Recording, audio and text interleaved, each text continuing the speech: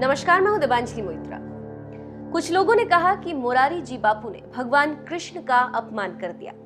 कुछ लोगों ने कहा कि यदुवंशी का अपमान हो गया।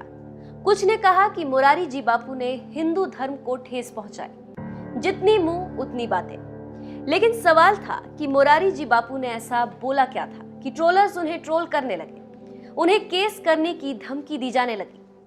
पहले आप वो सुनिए जिसे सुनाकर आपको बताया गया कि मोरारी जी बापू ने यदुवंश, हिंदू धर्म और भगवान कृष्ण का अपमान किया।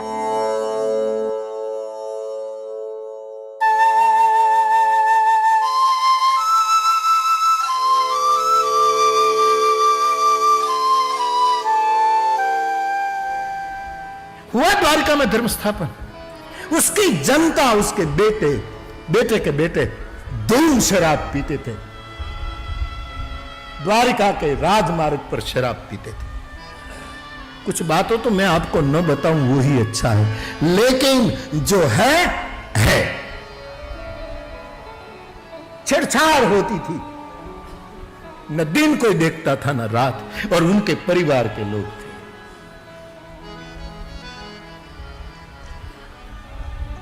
और पीने के लिए जब कुछ पाबंदी आती, डर आती, तो चोरी करने में भी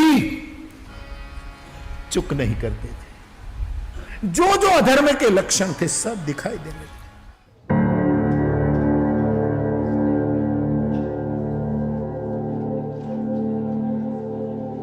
जाहिर सी बात है, चंद सेकंड के इस वीडियो को देखकर किसी भी हिंदू का खून खौल जाएगा, क्योंकि ये हिंदुओं के सबसे बड़े आराध्य भगवान कृष्ण से जुड़ा हुआ था।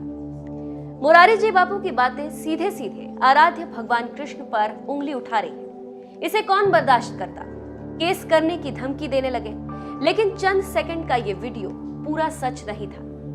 अब सवाल है कि सच क्या था? सच जानने के लिए आपको कुछ मिनट तक ठहरकर इस वीडियो को देखना होगा। कृष्ण की शताब्दी महोत्सव पूरा हुआ द्वारिका में, और मेहमान विदा हो रहे थे। अब कृष्ण के शेष 26 वर्ष आयु के, मैं एक और मेरी पीड़ा व्यक्त करूं कि 100 के बाद 26 तक की जो कृष्ण की जीवनी है, बड़ी दर्दनाक है। इस अवतार ने क्या क्या इन 26 साल में झेला नहीं। मैं कभी कभी प्रवाह चला तो आपके सामने मुखर होता। हर व्यक्ति जो उनकी थी वो उनको फरियाद कर रही है 26 साल में, तूने ये क्या किया, तूने ये क्या किया, तुमने ये क्या किया। इनमें कई आप्तजन थे। रुक्मिणी भी ताना मारती है, सत्यभामा भी ताना मारती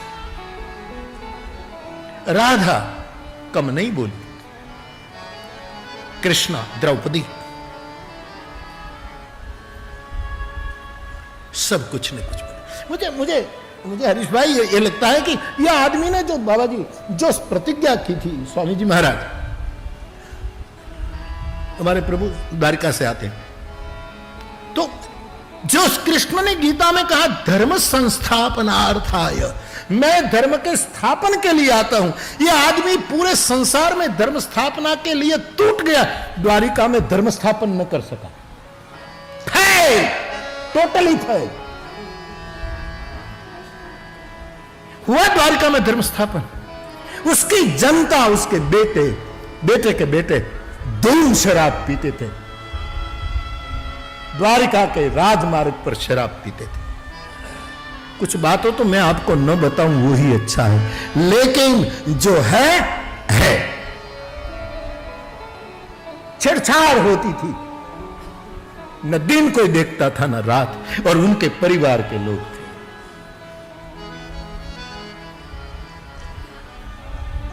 और पीने के लिए जब कुछ पाबंदी आती, डर आती, तो चोरी करने में भी चुक नहीं करते थे। जो जो अधर्म के लक्षण थे सब दिखाई देने लगे।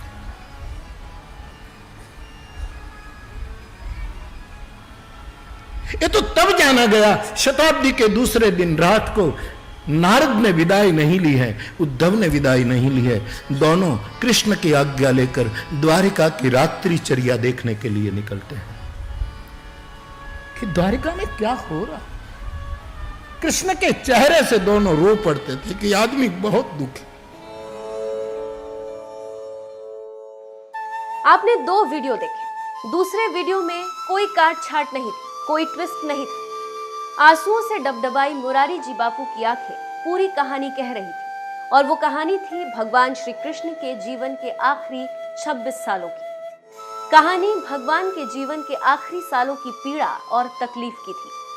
मुरारी जी बापू बता रहे थे कि 100 साल पूरा होते होते नियति के आगे भगवान भी कितने लाचार हो गए कि पूरी दुनिया में धर्म की स्थापना करने भगवान की आंखों के सामने द्वारका में अधर्म हो रहा था।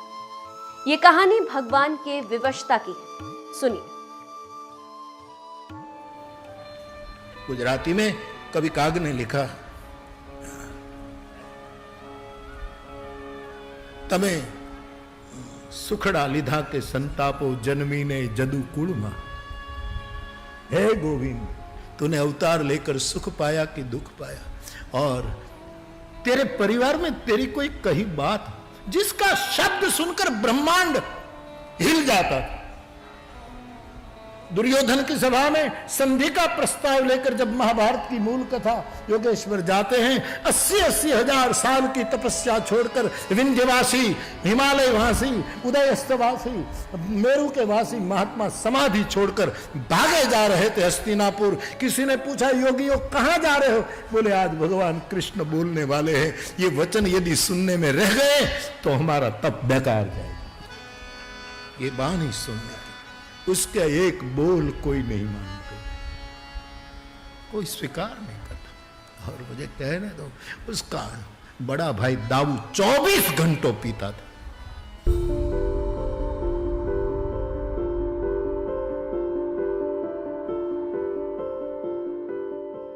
शब्द साफ है, वीडियो में कोई एडिट नहीं है, भावनाएं बिल्कुल निश्चल है। भगवान के आखिरी लम्हों को बयां करते हुए मुरारी जी बापू की आंखें भी रोने लगी थी, आंसू निकलने लगे। भगवान की उस लाचारी और तकलीफ को सुनकर सभासद भी रोने लगे थे। लेकिन किसी ने बड़ी चालाकी से इस वीडियो को हिंदू धर्म के खिलाफ नैरेटिव बनाने का हथियार बना लिया। आगे हम आपको और भी फैक्ट्स बताते हैं। श्रीमद् भागवत के खंड 11 अध्याय 30 में लिखा गया, बुद्धि भ्रष्ट हो जाने पर द्वारका के लोगों ने महादिरा का पान किया। मदिरा पान से विमूढ़ होकर पुत्र पिता से, भाई भाई से, देवते और भांजे अपने नाना और मामाओं से, मित्र मित्रों से, बंधु बंधुओं से युद्ध करके एक दूसरे को मारने लगे। बाणों के समाप्त हो जाने पर, धनुष के टूट जाने पर समुद्र के किनारे उपजे सरकंडे से एक दूसरे को मारने लगते थे। मदिरा पान से उनकी बुद्धि चली गई थी और बलराम जी को भी अपना दुश्मन मानने लगे थे, जिसके बाद भगवान कृष्ण और बलदेव गुस्से में लोहे और सरकंडों से अपने ही लोगों को मारने लगे।